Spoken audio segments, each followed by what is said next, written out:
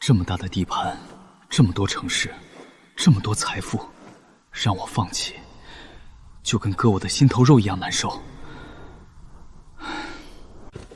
黄满仓，让你带200人去守住郡城，你敢不敢去？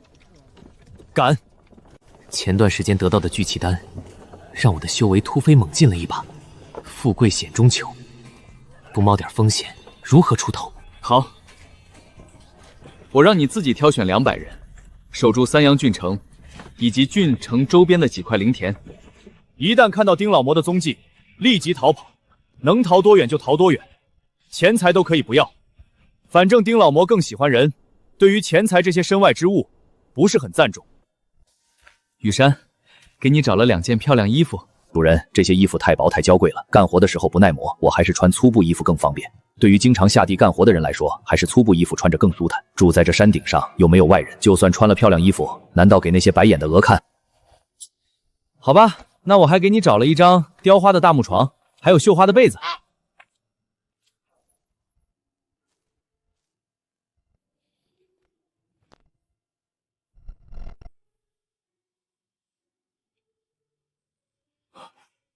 主人，主人，你对我太好了，我就算做牛做马，也难以报答你的恩情。不用太在意，我们都是相亲相爱的一家人。整座蛇口山上，你是我最看重的人，好好努力，以后还有更重要的任务交给你。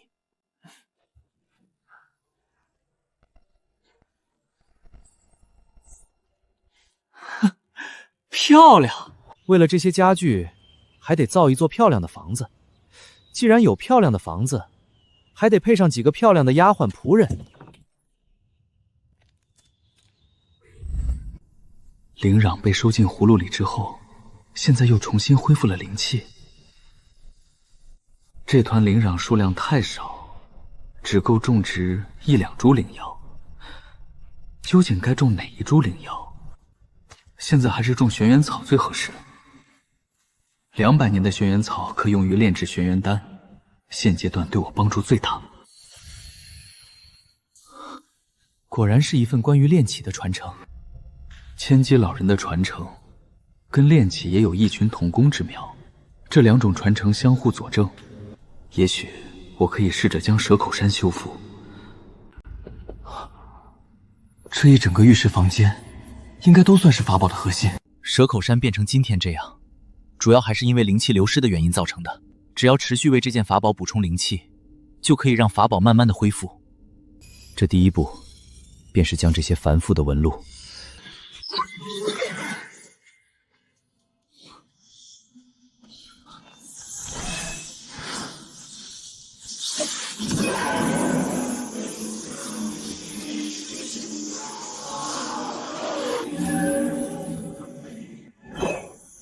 应该差不多了。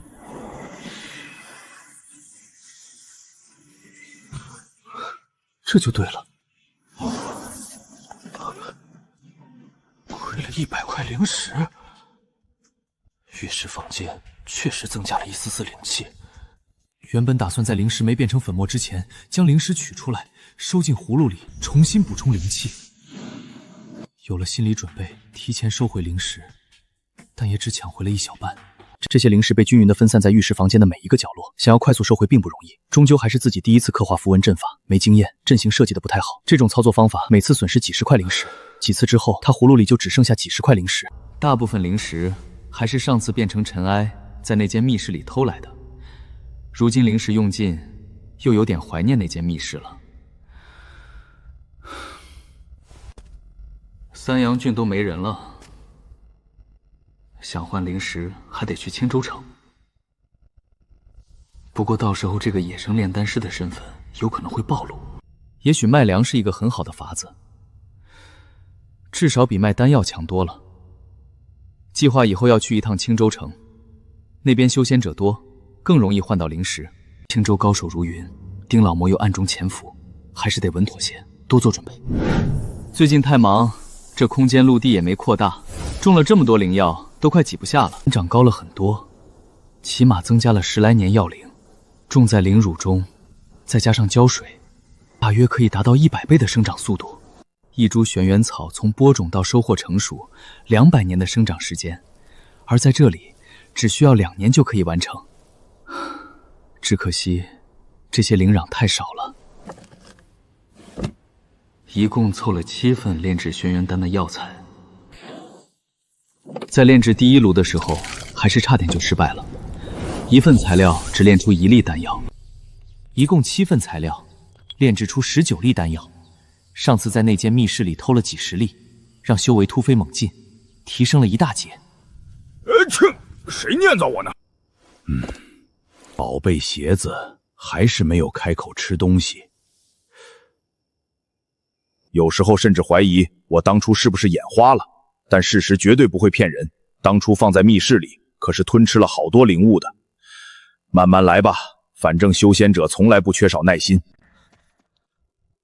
启禀将军，有邪修混进押粮队伍，粮仓着火了。宁！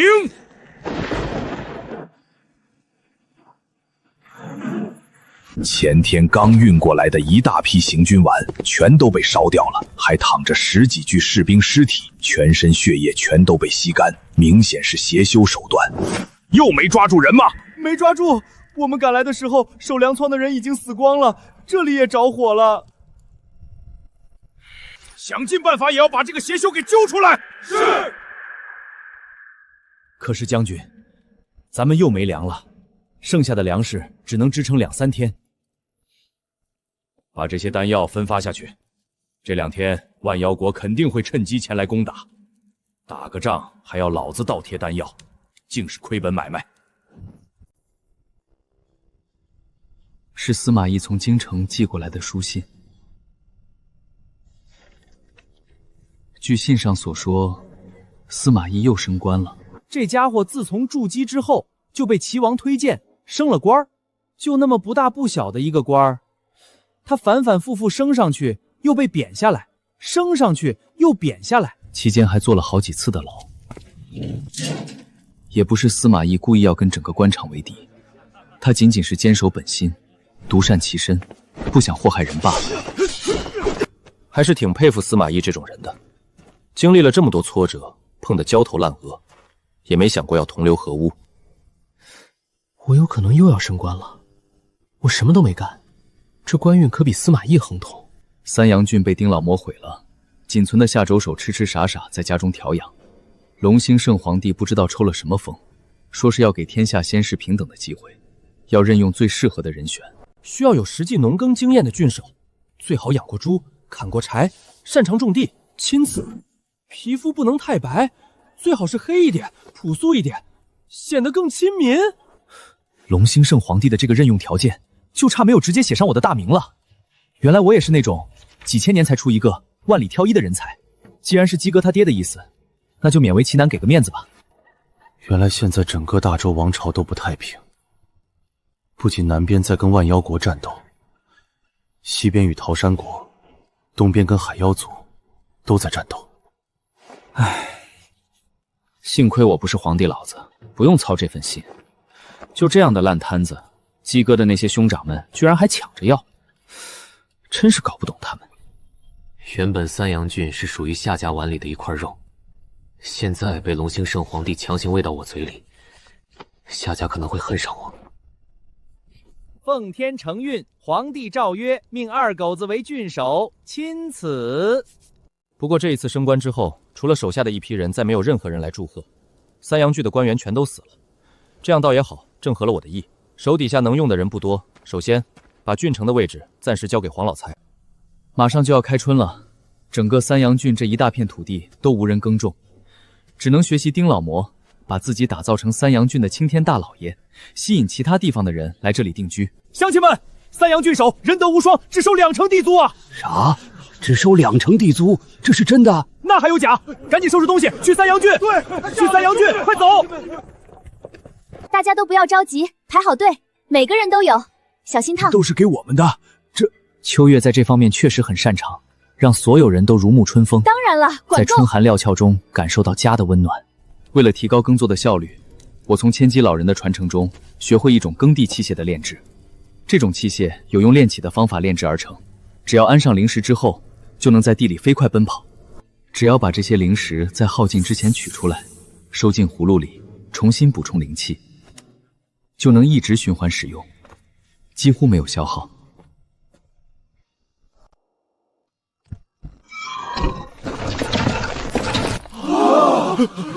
好家伙，这一头铁牛能顶几百个人，只怕顶几百个人还不止。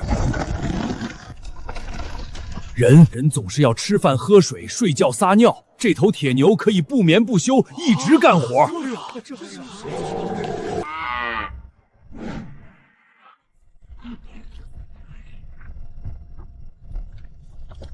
让手下轮流带着这2头铁牛耕地，人休息，铁牛不休息。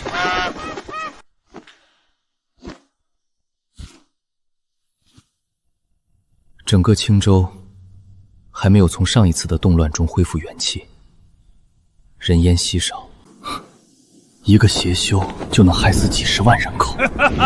丁老魔那样的邪修如果再多一点，人族就算一胎生10个，也不够他们祸害的。别用舌头来舔我！一股信息涌入脑海之中，是许峰的传承。第一次遇到小黑的时候，小黑咬了我一口，主动认主，得到了一部分传承。后来过了这么长时间，小黑只吃不拉，那张嘴就跟无底洞一样，再也没给过任何传承。仍然只有一部分。上次是以修炼方面为主，这次则是以应用为主，包括很多种实用的秘术。哎，你再舔一下，小黑，小黑，小黑。看这样子，小黑又要睡上一段时间，下次不知道什么时候会醒。这黑石也很热闹啊，修仙者比城里的狗还多。这吃羊草怎么卖？1块灵石3株，不还价。这么贵？我上次在官府炼丹房用5株才换到1粒最下品的氧气丹。哎，很多人买了灵药只能直接吃，或者是拿到官府的炼丹房里换丹药，往往是要好几份药材才能换到1粒丹药。上等黑玉灵米2块灵石1石，中等的金穗灵骨1块半灵石，下等的白牙灵骨1块灵石1石。手里这800万石由普通粮食转化而成的灵骨，品质算是比较低的，可能最多只值1块灵石。自己摆摊儿，零售价格确实会高一些，但效率太低，一天也卖不了几重。手里800万吨粮食，要卖到猴年马月，1天时间才卖掉100多石，进账100余块灵石，每天100多石，他葫芦里的800万石灵骨全部卖掉，起码要卖200多年。许峰的功法主修神识，这些秘术也都跟神识有关，比如其中一门秘术就是利用自身神识扭曲别人的视线和神识。这门秘术首先要求神识比别人强，许峰的鸿蒙炼神本来就是修炼神识的，有这个优势。我如今的神识水平比一些草雕筑基中期还要略强一些。这门秘术入门还是很简单的，比如可以让别人看不清我的真面目，而且这只是最基础的操作，还可以身体隐形或者变换成其他一切形状。店家，你这里可有什么珍贵的灵药？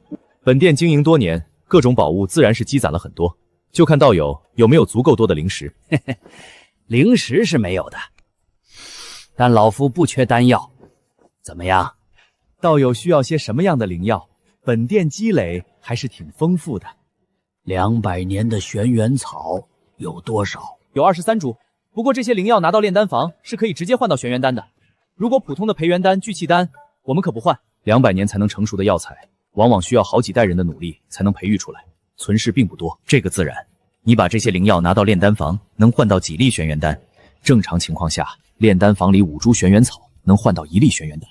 可你也知道，这炼丹房里的丹方那是何等的珍贵。以我现在的炼丹水平，5株玄元草足够炼制出20多粒丹药了，拿到炼丹房里却只能换到1粒。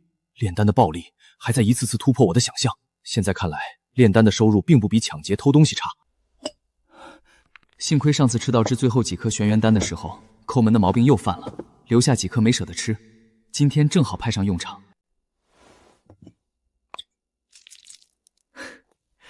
每天都能赚取暴率的感觉太爽了，简直是让人流连忘返，一点也不想回去。不如变成妖艳女子形象，这样就算以后有人追查起来，永远也查不到她头上。男女性别都不一样，与她何干？据书上说，这种间谍形象遇到其他男子会很好说话，做事事半功倍。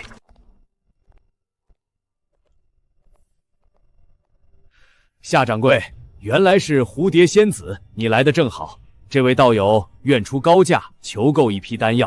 哈哈哈，在下夏人，久仰蝴蝶仙子大名。仙子果然人如其名，沉鱼落雁，貌美如花。有事说事，老娘对男人没兴趣。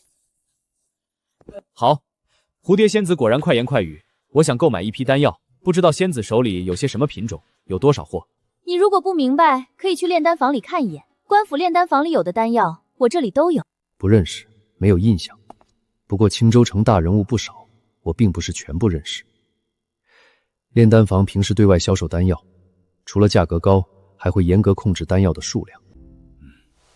好，我想购买一批丹药，培元丹500粒，聚气丹100粒，玄元丹20粒，有货吗？没问题，不过玄元丹不换灵石，要用玄元草交换，还是以前的价格。一定要玄元草吗？灵石行不行？那个，我今天只带了36株玄元草，36株只能换9粒丹药。你身上还有没有其他有价值的灵物？我手里有半株黑玉枝，除非你能把剩下的11粒玄元丹都给我，否则不换。这种灵药因为数量稀少，功效极佳，不好定价，没有固定的价格。黑玉枝，你确定是成熟的正品？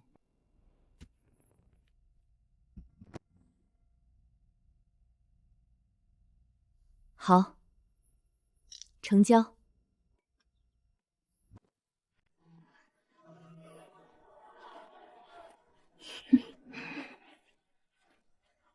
对方人数不止一个，这就不好动手了，只能想法子摆脱。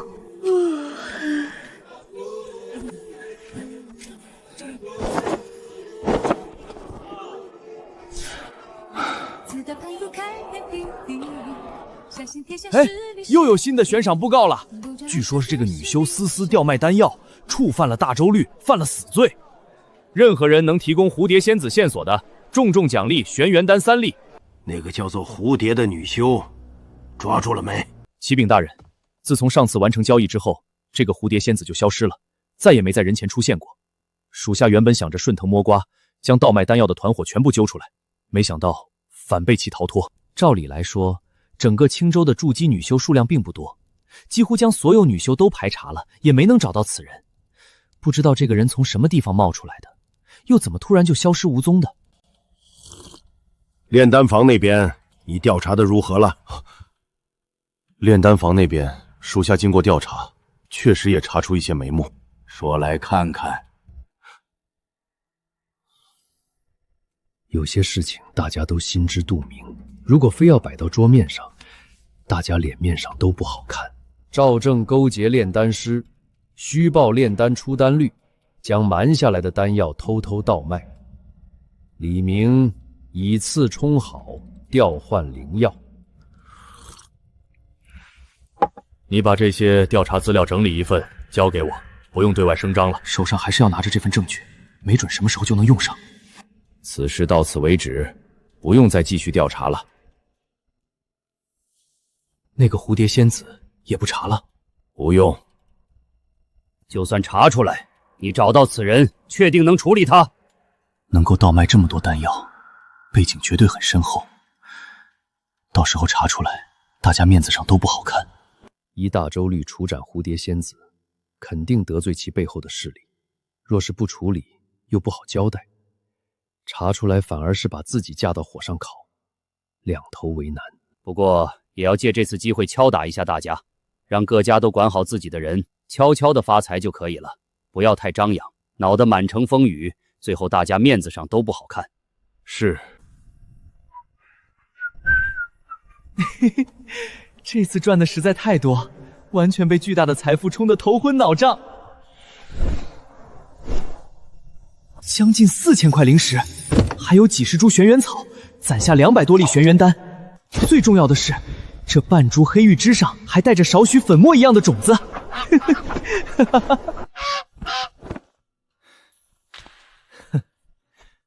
大人，你总算回来了，出什么事了吗？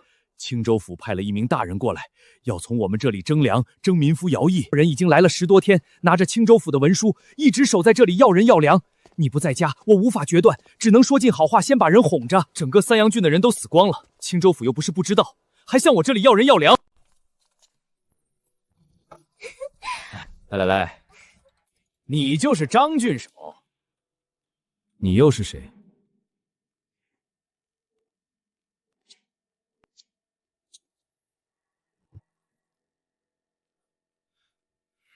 本官青州府夏总兵坐下军需官夏季，奉夏总兵军令，催征军粮与民夫。夏总兵军令，三阳郡需在西县1个月内交缴5万担军粮以及500民夫。军令如山。如今时间已经过了半个月，张郡守还是尽快把粮食和民夫征上来吧。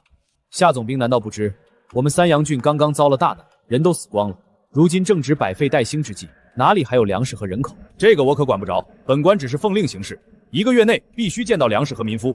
哼，你若是不服，可以事后再找夏将军，或者上奏朝廷也可以。反正当下的军粮和民夫，你必须得交。我种地种得好好的，又不是没饭吃，也不是没零食没丹药，现在却因为这么一个郡守的位置得罪了夏家。目前整个三阳郡还是只有3万多人，大部分是这几个月迁徙过来的穷人。要是向这些人征收5万吨粮食，人均1吨多，没准刚住下来又全都逃跑了。这次打算自己出点血，直接从仓库里调5万只粮食，就不向那些百姓征收了。至于征调500个民夫，反而好处理一些。黄老财，把这个告示贴出去啊，就说征调500民夫，征调500民夫，每人补偿10栋粮食，征满为止。都排好队，都排好队，下一个。这就是你们准备的粮食，这要是运到军中，非得被将军骂死不可。夏大人息怒。新官上任以来，什么民脂民膏都没捞着，反而净赔5万5千担粮食，亏了这么多，现在只能多种些地来补偿损失了，一年能收好几百万担粮食。不过现在最缺的就是人口，无人耕种。黄老财，你会不会写奏折？哎呦，老爷你折煞我了，我就是一个乡下小地主，别说写，见都没见过。是，那小的就先告退了。手底下一个这方面的人才都没有，只能自己写了。满仓，你亲自去一趟京城，把这一封信交给李大人。从三阳郡到京城，这一路快马加鞭，来回至少也要2、3个月。满仓啊，这次辛苦你了。以前服务炼化1粒玄元丹需要5天，现在修为提升，只需要3天就能炼化1粒。2尺多宽的丹田之海中，已经装了将近半池子的法力液体。老爷，我们招募人口方面遇到问题了。什么问题？记得之前丁老魔招人的时候挺容易的。我们周边的几个郡省都严格限制人口外出，违者重罚，甚至斩首示众。他们还派了衙役和官兵在各处巡查，不许居民迁徙。青州人口稀少，他们限制人口迁徙也在情理之中。周边郡县的官老爷们什么时候变得这么勤快了？周边几个郡县不仅严查迁徙人口，还对往来途经的商贩收以重税，百般刁难。这就显得很过分了，明显就是故意限制三阳郡的人口增长，让我守着一个没有人烟的三阳郡当光杆司令。在控制货物进出，让三阳郡彻底困死在他们的包围之中。能让周边的好几个郡县同时出手，背后自然就是夏家在捣鬼了。如今最缺的是人口，守着大片地盘无人耕种。从今天起，给所有迁徙过来的人口，每人发放1担粮食安家费。1担？这么多？没错，就这么安排下去。如果恢复到三阳郡以前的几十万人口，就需要付出几十万只粮食。一次性支付几十万只粮食，确实挺肉疼的。不过跟1年收入上百万只度租相比，还是可以接受。是。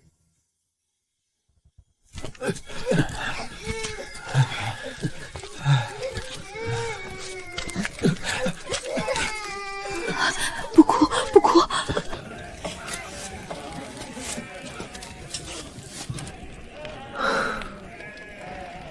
总算有人种地了。鸡哥给的这门9重筑基秘法太强大了，比起当时轻描淡写的介绍要强得多。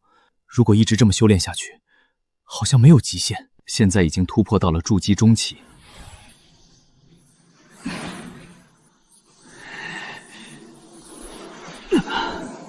丹田之海硬是被他扩展到了3尺宽，现在足以傲视大部分筑基修士，像姬苍一样冷哼一句“草包筑基”。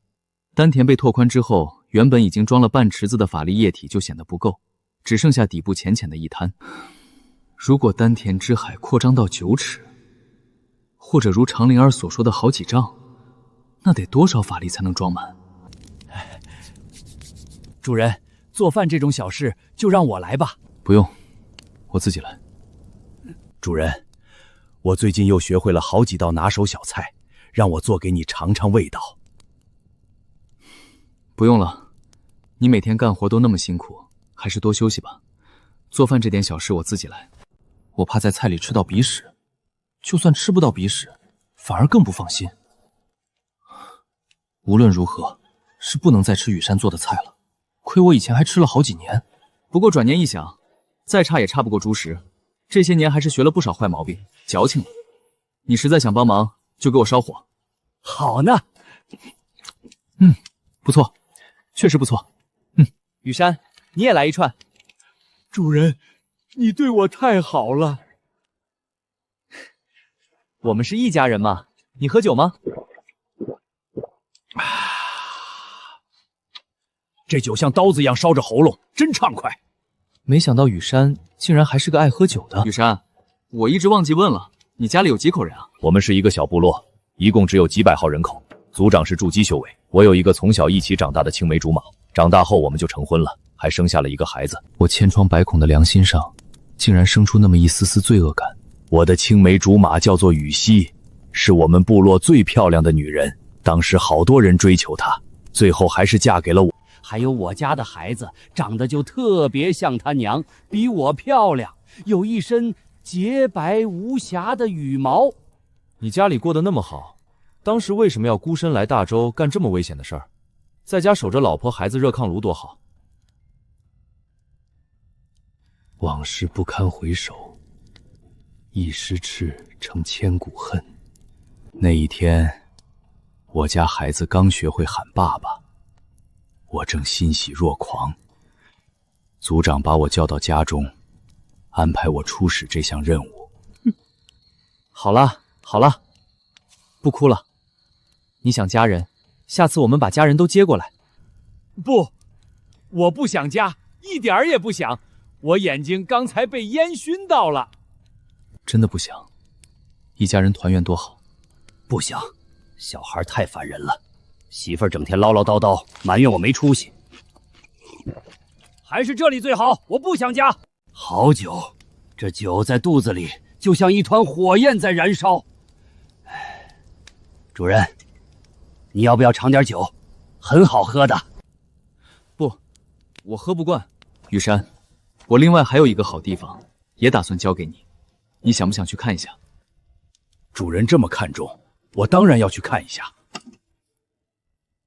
好的，你别动，也不要有任何反抗。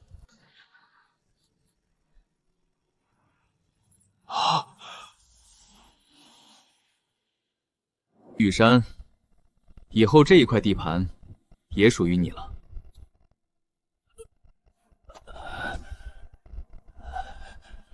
主人，这是什么地方？怎么样，很神奇吧？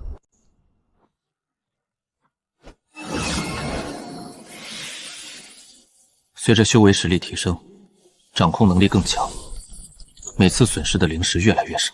原本看起来很普通，凡人也能用力敲开的山石，如今吸纳灵气，品质正在缓缓改变。现在袖口山上的石头硬度已经跟普通的钢铁差不多，很难敲动了。修复这件法宝的同时，也在尝试炼化蛇口山。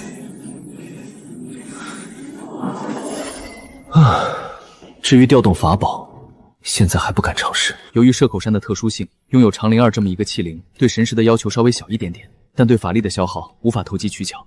实力不够，擅自用法力催动法宝，搞不好会被吸成人干。还是积蓄更多法力再尝试。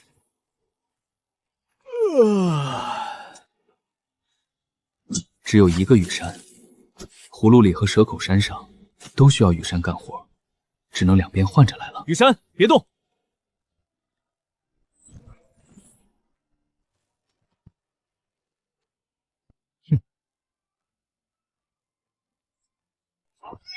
张郡守，你这样躲起来不见人，可是玩忽职守。抱歉，本官的职守是屯田、练兵，为皇帝御民。所有职守之中，并不包含接客一项。我这次带了夏总兵的军令，命你筹备10万石军粮，800民夫，不得有误。没有。看清楚了，这是夏正兵的军令，不得有误。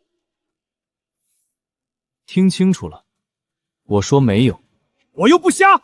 如今正是秋收季节，你们三阳郡今年至少能收300万斛粮食。还有，这大半年来，你们把周边郡县人口都吸干了，导致其他郡县田地荒废。你这里起码有10万人口，现在才区10万担粮食，800民夫，你说没有？你看错了，三阳郡刚刚遭了大灾，没几个人，更没有粮食。英明睿智，文治武功，德备苍生，万寿无疆，至高无上，龙兴圣皇帝有懿旨，交与不交，我可以自行酌情决定。好，有种，你就等着夏总兵治你的罪吧。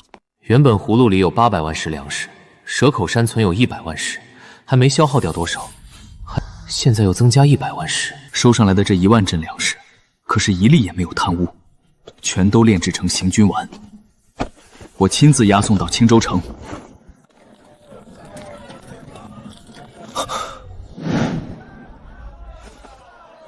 我可不认识蝴蝶仙子，跟我可没关系。这位老汉，墙上贴的蝴蝶仙子是什么人啊？嘿，你是外地人吧？这个蝴蝶仙子可了不得，在青州城内犯过不少大案，现在全城皆知。啊，看起来挺漂亮的一名女子，还能犯什么大案？人不可貌相。据说此女一共从炼丹房里偷到了上万粒丹药，其中玄元丹就偷了1000多粒。我什么时候去炼丹房偷过丹药了？还偷了那么多？这还只是丹药，他还偷了几百株灵药，偷了青州府衙门几千块灵石。就在3个月前，朝廷拨拨下来一大批行军丸、丹药、灵石等物资，用于边境军队作战的军需也都被偷走了。这明显是栽赃陷害，要把所有罪孽都背到蝴蝶仙子身上啊！军需也敢偷，那边境军队怎么办？可不是嘛！这个蝴蝶仙子做事太过缺德，缺大德了。某些人太过胆大包天，连军需物资也敢偷，而且我已经有大半年没来过青州城了。衙门里已经发出告示，任何人遇到蝴蝶仙子，死活不论，都能到衙门里领奖。我怎么就没有那么好的运气？相对来说，我还是差太远了。我觉得可以用美男计色诱蝴蝶仙子。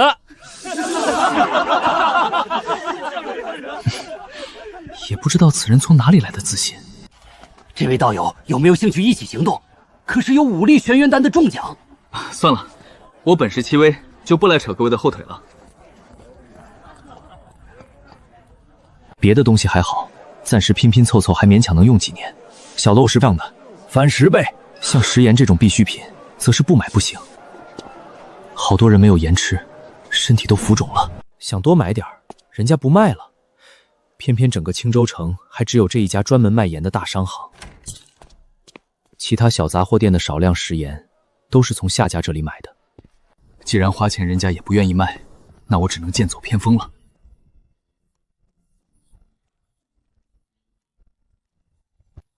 2天了，终于把底细磨得差不多了。现在火候未到，待我神识和秘术修炼得更强一点，不需要隐身符配合，就可以直接隐身。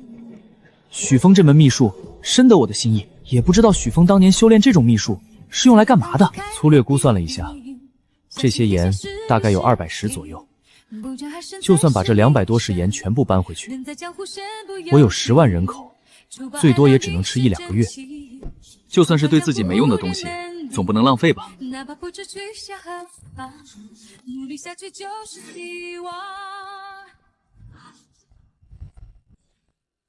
院门紧闭，门口也无人值守，看起来静悄悄的。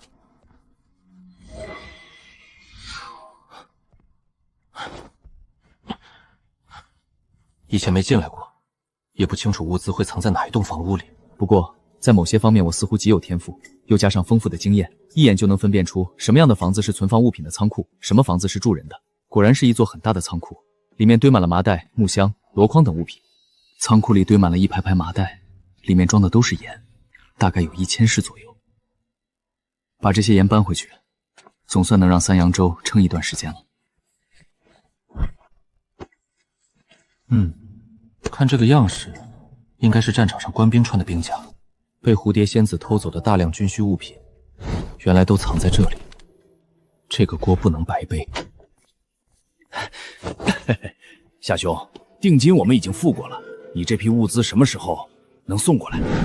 你现在着急也没有用，必须找到合适时机，才能把物资给你送去。原来这个夏季作为军需官，竟然在倒买军需物资，反正都是些不义之财，顺回去还能造福一下三阳郡的百姓。这2年因为边境上战争不断，青州又是人烟稀少，种不出多少粮食，行军丸的价格已经涨了好几轮，以至于在黑雾里，行军丸也变成了硬通货。嘿，又遇到一个老熟人，真是巧了。上次听夏青山说夏巨手被血煞侵袭入体，整个人变得痴痴傻傻，原来躲在这里调养。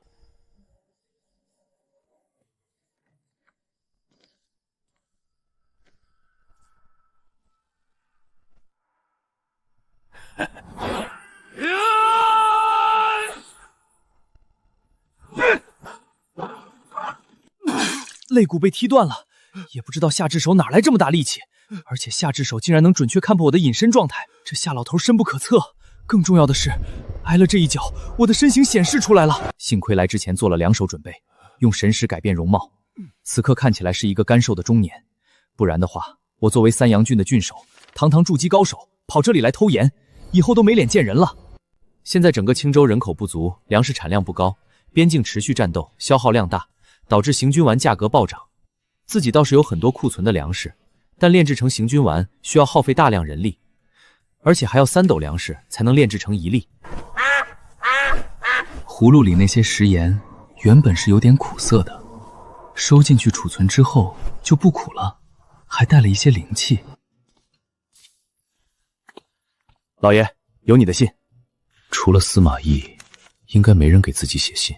果然司马懿又被罢官了。距离上次收到司马懿的信已经过了1年，他不可能安安稳稳当这么久的官。这次不仅又罢了官，还又坐了牢，刚被齐王捞出来，原因是一个权贵子弟奸杀良家女子，而且是惯犯，在他上任之前就犯过好几次。马懿上任后将其治依大州律治罪，原本想趁着那家权贵没反应来的时候就将人犯处死，人没斩成，反而被反咬一口。最后那女子的家属也承认自己与司马懿同谋诬告，因此司马懿又一次关进大牢。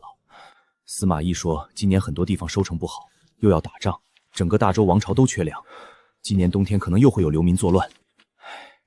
这里不缺粮不缺地，只缺人，严重缺人。有没有兴趣来三阳郡当个小吏？我保证我是真正的青天大老爷，不贪钱财，不会罢免你，还不会让你坐牢。又过了1年时间才收到司马懿的信，距离太远，司马懿收到信的时候又重新当上了一个小官，此时正在任上。他的目标是整个大周王朝，早已将个人的安危荣辱抛之脑后。司马家被灭门的时候，他已经把自己当成一个死人。重新活过来的他，不惜命，不图钱，只想改变这个黑白颠倒的世界。他连死都不惧，何惧罢官？这也许就是人和人之间的区别吧。我如果受了谁的欺压，会不声不响，默默记在心里，逮到机会就报仇，弄死对方。司马家受了夏县令的陷害，全家灭门，最后却认为是整个大周王朝的问题，想改变整个王朝。人各有志，不可强求。我现在是三阳郡唯一的地主，全郡20多万人，全都是我的佃户。要是哪天混不下去没饭吃了，可以到三阳郡来当佃户，一定把最肥沃的良田佃租给你。我猜等司马懿收到信的时候，应该又被罢官了。司马懿罢官的速度又太快，1年1次的通信远远赶不上司马懿的节奏。在三阳郡2成以上的地租根本就顾不到佃户，自己耕正还不如当佃户。最后这些地主只能把土地卖给我，另谋生路。到现在全郡土地归于一家，我成了名副其实的三阳郡第1人。三阳郡在我的管辖下竟然没有一个人饿死，在整个大周王朝绝对是奇迹。手下这些人都是些苦出身，给了他们一条命，但这些年可能过惯了好日子。有些人已经学会官老爷的那一套。前段时间就有一个随意骚扰殴打佃户，被我知道后把这个手下吊起来，当众抽打了一顿，然后关进监狱饿了10来天，让他回忆一下以前挨饿的滋味。自此以后，全郡百姓言必称张晴天。原本只是按照种庄稼的方式生搬硬抄，让全郡的佃户安心种地，我就可以收更多的地租，完全出于私心。当个青天大老爷好像也没那么难。吃够了人口不足没人种地的亏，得鼓励佃户们多生孩子多种地。以前村里的牛马下崽，主人都会喂一些精料，自掏腰包，任何佃户家庭只要有新生人口出生，就奖励1担粮食。孩子确实生下来了，一时粮食也领了。每出生的10个孩子里面，差不多有6、7个没养活的。没养活的孩子里，又以女孩占多数。刁民，一群刁民！这一切都是他们算计好的。不，我不能乱了方寸。正常情况下，大周皇朝婴儿出生死亡率大概是1/3左右，但在这1年里，三阳郡婴儿死亡率翻了1倍。老爷，我们奖励1甚粮食的政令要不要停止？以往的人生经验里，没有应对的办法。读过的那些圣贤书里，全都是仁义，也从来不教这些。黄老财，问你一个问题：如果有些牲口会弄死自己的崽，怎么办？这种牲口确实有。以前我家有只母鸡，每次刚把蛋下出来，就自己把鸡蛋啄破吃掉。遇到这种牲口，只能把小崽子拿走，单独喂养。哎，我有办法了。我要你拿着这笔钱，在全郡范围内以最快的速度建立起至少100个育婴堂。记住，这件事只能你亲自去办，绝对不能假手于人。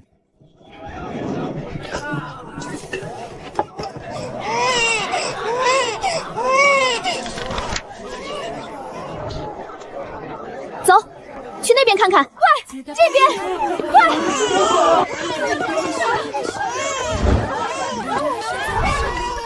大人，现在怎么办？继续加建100座。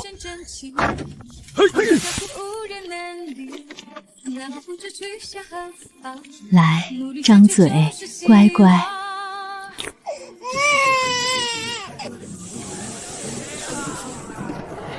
乡亲们，咱们能过上这样的好日子，全靠张青天呐！奉天承运皇帝诏曰：三阳郡守张二狗，牧民有术，治郡有方，特此嘉奖，钦此。总算挤进这肥得流油的三阳郡了，不枉费家里打点的那些银子。是啊，这破地方佃户这么多，有水。今年的修桥捐、防火银还没交齐，限你3日之内凑足，否则拿你家的牛抵税。老爷，青天大老爷定的租子，俺们1分没少，实在没有余粮余钱了。大人，证据确凿，李县令王献成等16人贪赃枉法，鱼肉百姓，这是全部证词账册，按大周律贪墨害民，该当何罪？罪当斩首。考试开始，第1场骑射，凡舞弊、冒名行贿者，一经发现，永久剥夺考试资格，并一律严惩。这些人虽然考上举人，想要在三阳郡正式任职，还是要向朝廷禀报，得到批复之后才行。费了很大的劲，最后还是齐王帮忙，才弄到一个黄满仓的郡丞位置。郡丞该干的事务都扔给了黄老财，将全郡大部分事务都扔给了黄老财。我以修炼为主。现在我的修为又一次到了筑基中期，丹田之海更是达到了5尺宽。以我现在的实力，比起那些比较草包的筑基后期，也只强不弱。这位夏大人，我最近手里紧张，吃了上顿愁下顿，实在拿不出粮食。我可是亲眼看到那位夏季跟人倒卖军需物品的，我可不想老老实实把粮食交上去，最后又进了某些人的腰衣。张大人，我姓李，是朝廷派过来的官员，与夏家没有关系。这位军需官竟然破天荒的不姓夏，跟夏家也没关系，倒是难得一见。张青天，今年青州各地又是大旱，很多地方都绝收了，只有三阳郡仍然是大丰收，你能不能帮个忙，交点粮？前线士兵都已经在饿肚子了。前段时间又被邪修袭击了粮草，就连镇国军那边都在挨饿了。镇国军的陈将军亲笔给你写了一封书信，至今都难以忘记初次见面时镇国军展现出的强大实力。而且上次之所以能在道玄秘藏中脱除罪名，还立下大功，全都是镇国军向上禀报的。这位陈将军没有用大义来压我，也没有摆那些官场架子，只是跟我叙旧，顺便在信中提及镇国军当前所遇到的种种困境，希望我能够帮忙。你们需要多少粮食？行军丸60担，如果没有，30-50上也行。行，我就给你60担行军丸。没想到传说中最抠门、最小气的张青天，竟然这么轻松就答应了60担。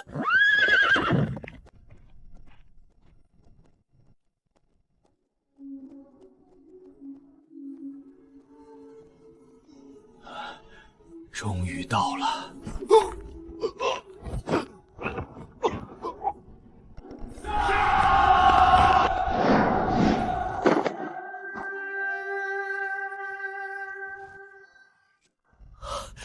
杨大哥，你怎么来了？我来看看你。来，这位杨大哥很有长者之风，当初是我的领路人，还教会了我很多官场上的东西。一言难尽，我接了一份苦差事。我早就知道张兄弟乃是人中龙凤，果然这么快就已经当上了3阳郡守，还被隆兴圣皇帝亲自下旨夸赞，牧民有术。张兄弟，我这次还给你带来了一份差事。3阳郡郡守张二狗接旨。张老弟，这次你我共事，我还得仰仗你多多帮助了。杨铁被任命为青州粮道，负责为青州前线筹备粮草物资。如今青州无粮，百姓饥饿，饿殍遍野。这次是朝廷下旨，让我们俩保证前线战场粮食供应。穷啊！德备苍生，隆兴圣皇帝请求赐给3阳郡几10粒筑基丹。秋月，此事关系重大，务必小心。是，二狗子哥。都麻利点，把这些行军丸分装好，今天务必全部发下去。杨兄，一切准备妥当，可以出发了。张兄弟短短时间竟然练出这么一支强军劲旅，没想到这位张兄弟看起来淳朴忠厚，不声不响的却隐藏了这么强大的一支力量。杨兄过奖了，不过都是些种地的庄稼人，碰巧遇到齐王，随手指点了一些使枪弄棍的功夫，难登大雅之堂的。没办法，这些甲衣都是偷借来的，只改了一下样式，放在葫芦里，灵气有提升许多。美中不足的是，手下这么多人，严重缺少法器。虽然有一座玄铁矿场，但挖矿、冶炼、炼制法器都是费时费力的活。原来是齐王殿下亲自调教的，难怪如此精锐。杨大哥，咱们走吧，出发！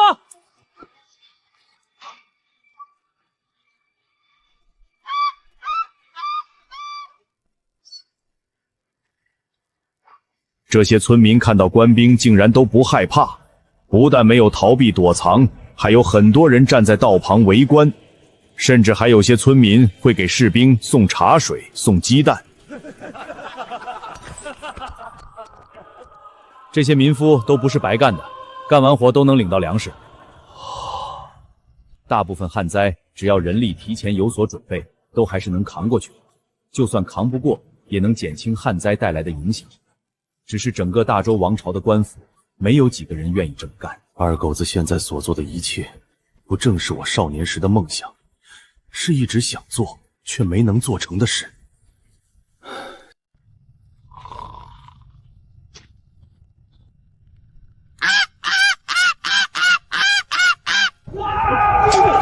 是，一起在哪儿？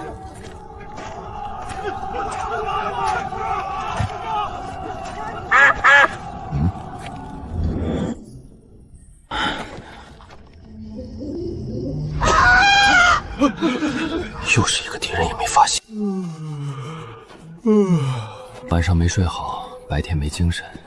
虽然都是有修为的，但时间长了也受不了。这只死鹅大半夜的瞎叫唤，害得我们都跟着它疑神疑鬼。就是畜生终究是畜生。大鹅可是和我一起坐过牢的交情，有时候比人还靠谱。可是这鹅真的靠谱吗？靠得住，从来没有误报过。有张兄弟这句话，老兄心里就有底了。我们这支队伍可能被盯上了，所有人都给我听着，越是这种时候越不能懈怠，只要一松懈，丢的就是你们的小命。集齐，起来，都起来！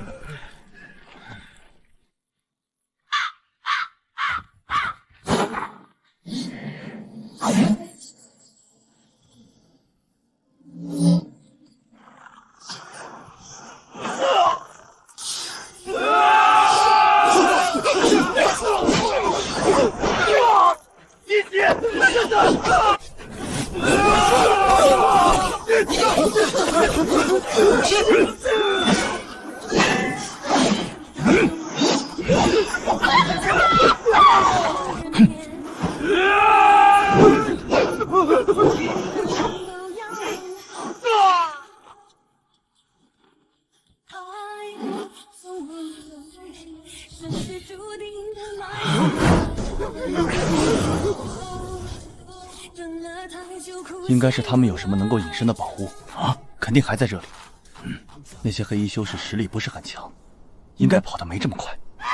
我平时也喜欢隐身，如果遇到这种情况，快速奔跑逃离反而更容易露出踪迹。那些黑斗篷修士此刻应该还没逃远。修仙界大部分的隐身并不会让人直接消失，只是看不见而已。撒石灰了！看不见我，看不见我！有人来了！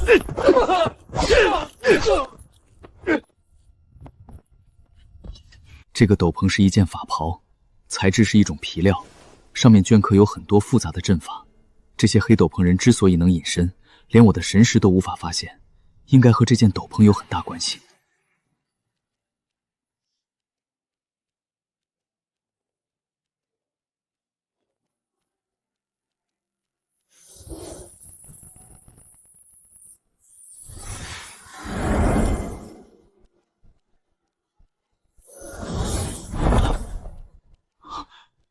好宝贝，好宝贝，好宝贝！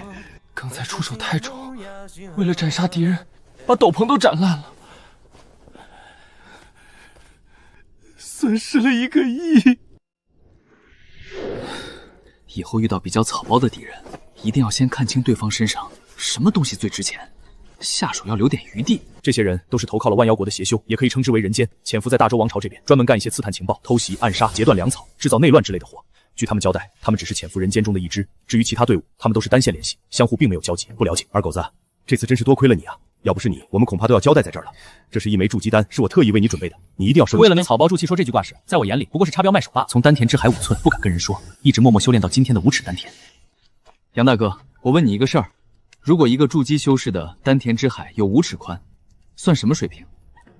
一般丹田之海也就是1尺宽，如果筑基期就能达到5尺宽，只有2种可能。这个人是天纵英才，整个修仙界都找不出几个，这就是修炼了逆天的功法。但这种能把丹田之海套宽到5尺宽的功法，可遇不可求，除非眼前之人可是跟齐王有一腿的。他说的那个朋友大概率就是齐王了，以齐王的身份地位，倒也不奇怪。至于二狗子，虽然表现出强大实力，应该还不至于。皇室那么珍贵的功法，不会轻易传授的。张兄弟，你身上怎么带了那么多的石灰？昨晚那一手可真是让我大开眼界，每样都带点儿，有备无患。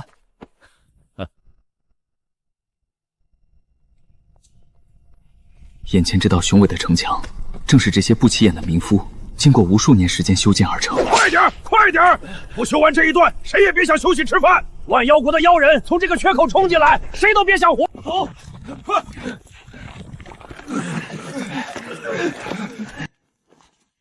二狗子，你要记住，我们守护的是身后的百姓。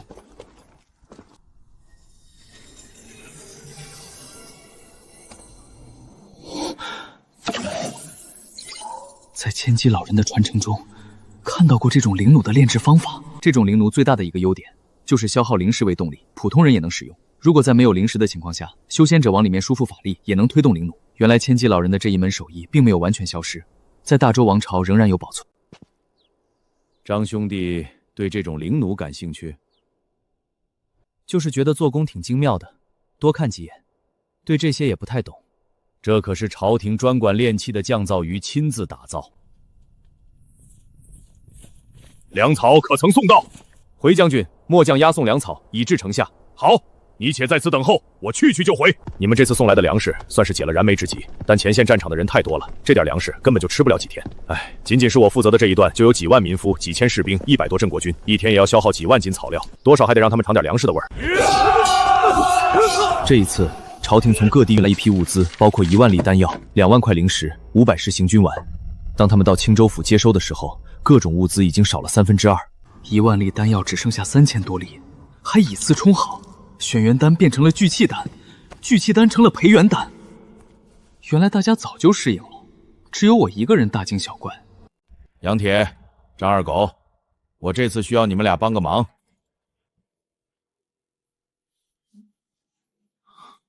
有点眼熟啊。陈将军，请说。是这样的，粮草问题终究是远水解不了近渴，因粮御敌才是上上之策。我一直想派遣镇国军潜入到万妖国腹地抢粮食，但奈何我们的人被对方盯得太紧，只要我的士兵一离开，他们就会对前线发动猛攻，根本抽不开身。若是为了些许粮食把防线弄丢了，那就得不偿失。本将一直有心无力，想做却又苦于没有得力的人手，直到看到2位俊杰。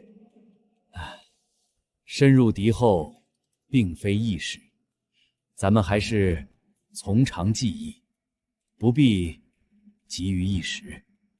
杨铁，你作为青州粮道，现在前线将士都食不饱腹，你该当何罪？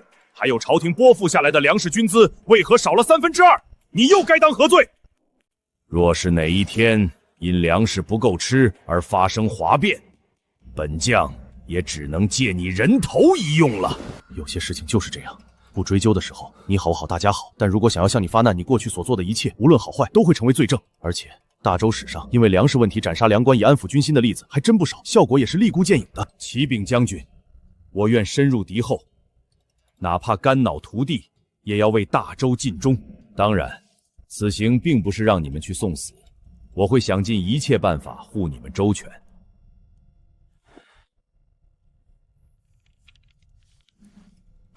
给你们的2种符箓，一种名为千里传音符，每人4张，可以在300里范围之内任意传讯。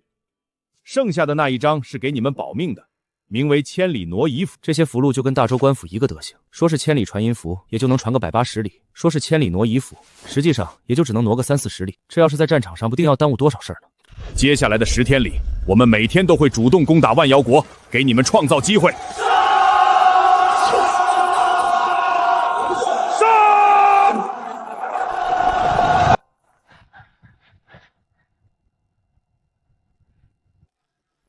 2位大人，我们只能送你们到这里了。祝2位大人好运，期待你们凯旋归来。告辞。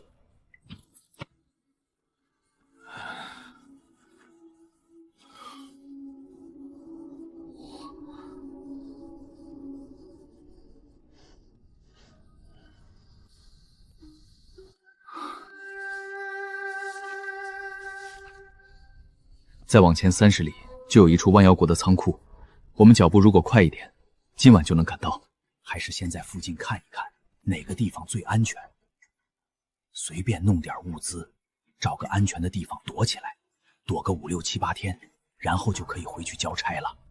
咱们不过是当一个小官儿，没必要拼命。天塌下来有他们高个的顶着。啊，是。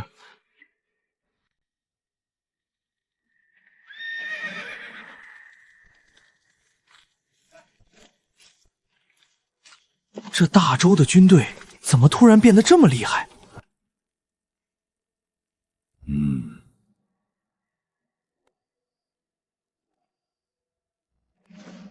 这大周打的什么主意？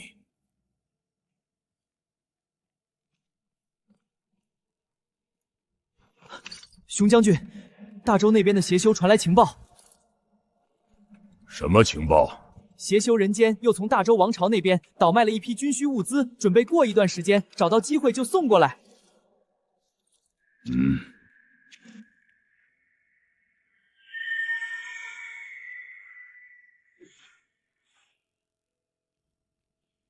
说起来，万妖国养了这一批人间真是划算，回报巨大。比起养狗一类的家畜强多了。把人间撒入大周王朝，这些年收获颇丰。不过据说新上任的那2个粮道官员，在被陈胖子秘密接见了一次之后，就失踪了。正是用人之际，怎么会让他们俩失踪？失踪的时间又正好跟陈胖子发动疯狗式反烹的时间契合。这2个失踪的大周官员叫什么名字？一个叫做杨铁，是个官场老油子，为人奸猾的紧。另一个叫做张二鼠，小名二轴子，三阳郡守，是个愣头青，喂猪砍柴的出身，除了种地啥都不懂。把他们俩的画像制作几百份，悄悄传到后方，只要见到这2个人就抓起来，最好是留活口。将军英明，属下对将军的佩服之情如滔滔江河之水，连绵不绝。行了，赶紧滚！大哥，看来咱们不用那么紧张了。看来他们这里也有自己的秩序。又到了新货，快来看看。这把刀得磨快点儿，今天的活儿该干完了。这样一直躲下去也不行，好歹也要弄点物资回去才好交差。反正这种小村庄里也没有高手，以我俩筑基期的实力，自然可以为所欲为。10天后，我们再以传讯符联系。告辞。这样子走在万妖国各地，自由自在多了，没人再怀疑我。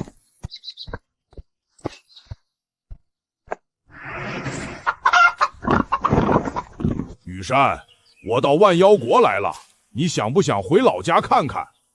这里挺好的，现在不想家。好吧，那你先忙，我不打扰了。还想让羽山当向导来着，最近总是在一些村庄里偷偷摸摸，收获太少，早就腻了。弄点大的，偷一把大的就收手。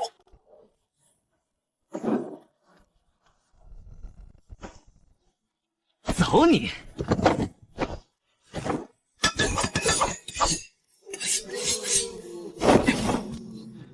这家不得了，养了2只妖兽金毛猪，有500多斤。自高看不开脸皮底，相信天下实力是一，不知还是在实力上，能在江湖身不由己，除暴安良一身正气，闯荡江湖无人能敌，哪怕不知去向何方10几匹妖兽战马，努力下去就是希望。这世界真的也许有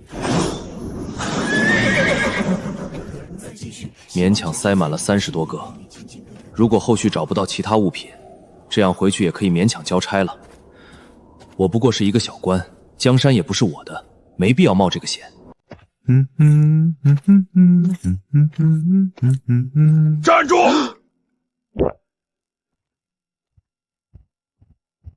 难道这么快就被发现了吗？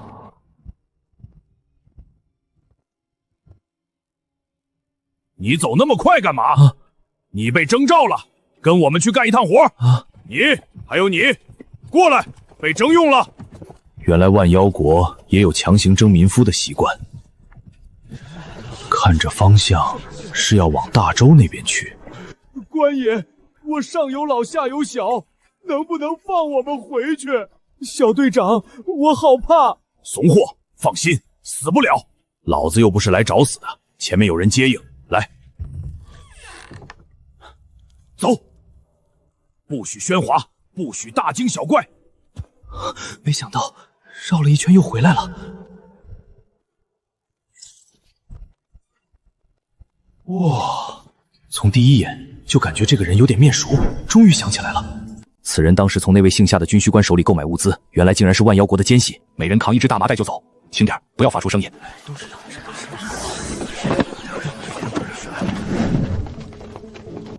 得找个机会开溜。这伪装如果遇到神识比我更强的人，就会被识破。蜀参军大人，物资已经接收回来了，请过目。只有筑基后期，幸好。把货都放在地上，让参军大人过目。没错，再来几个人，帮我抬到仓库里来。好嘞，参军大人。拜见蜀参军。把阵法打开。是。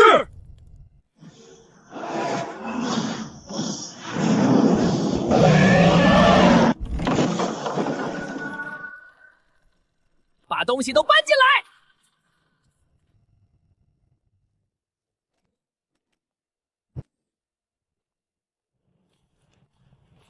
好东西还真多，还从来没见过这么多的灵丹灵药。万妖国通过人间把大周王朝的物资都搞到这里来，然后再用这些物资培养人间，养万妖国的军队，用于攻打大周。看什么看？还不快点放下麻袋，滚出去！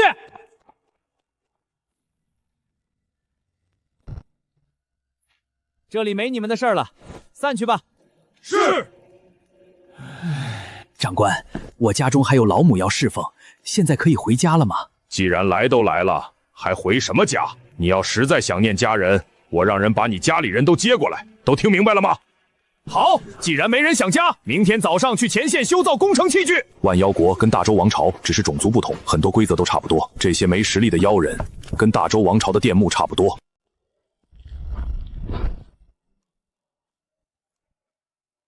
哼哼。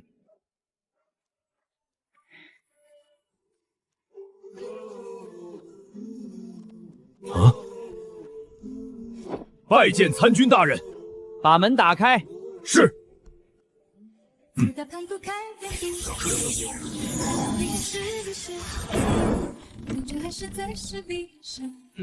能在江湖身不由己，除暴安良一身正气。不仅有堆积如山的行军丸，还有大量的丹药、灵药，就连大周王朝那边极为紧期的玄元丹都有10几瓶。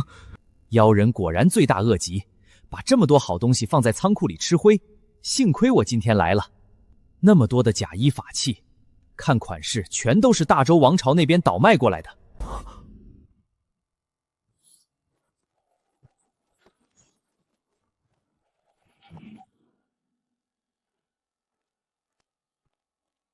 咦？罪过，罪过！这一坨铁拿回去又能打造10几块铁犁逼。奇了怪了，这玩意儿神识完全看不见，只有肉眼才能看到，跟传承中所说的空明铁有点相似，不过这一块的纯度不太高。